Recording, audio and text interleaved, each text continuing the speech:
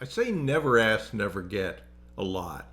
And there's a bunch of reasons for that. But I wanted to read to you a pretty good example of follow up and persistence. So I'm going to take my eyes off this camera and read this to you. So Robert Clay of the Marketing Wisdom quoted research that showed 80% of sales occur only after at least 5 follow-ups. Think about that. It takes at least 5 continuous follow-up efforts after the initial sales contact before a customer says yes. 5. Okay? Robert showed the following fascinating statistics. 44% of salespeople give up after 1 no, 22% give up after 2 no's, 14% give up after 3 no's, and 12% give after 4 no's. That tells you that 92% of salespeople give up after 4 no's, and only 8% of salespeople ask for the order a 5th time, which is where 80% of the sales occur. So I had a great reminder of that this week. I talked to a mentee that's over in Europe. He's in healthcare.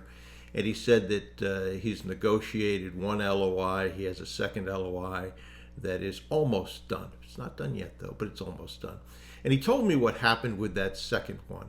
He ended up calling the owner of this healthcare company, and they had 4 gatekeepers. So he constantly, over 4 months, followed up with those people, talked to each of the gatekeepers on occasion. Somehow, with his credit to his skill, he managed not to get totally shut off.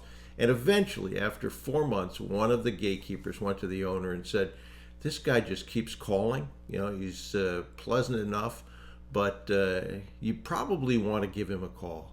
So he did give him a call. He spoke, they met, he was a motivated seller, and it looks as if that's moving towards a signed LOI. But the important part of that whole story is, had he given up after 1 call, 2 calls, I don't know how many calls it was over 4 months, but I'm guessing that it was more than 50, maybe more than 100 calls.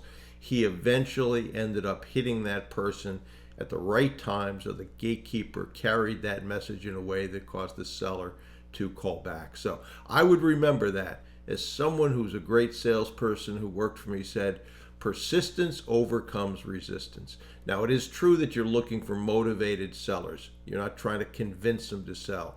But people get motivated at different times. So I would remember that, and you may just get lucky and hit the right person at the right time. So follow-up is absolutely critical.